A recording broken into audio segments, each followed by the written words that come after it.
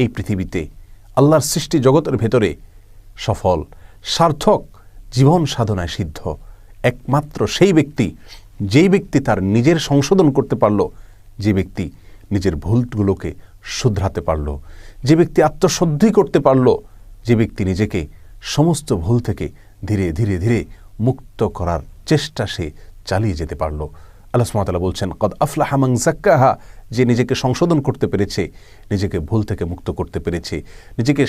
আত্মশুদ্ধি করতে পেরেছে, সে ব্যক্তি সফলকাম হয়ে গেল। ওয়াকাদ খাবা মান দাসসাহা, আর যে ব্যক্তি নিজেকে সংশোধন করতে পারল না, নিজের ভুল বিচ্যুতি ত্রুটি এবং সকল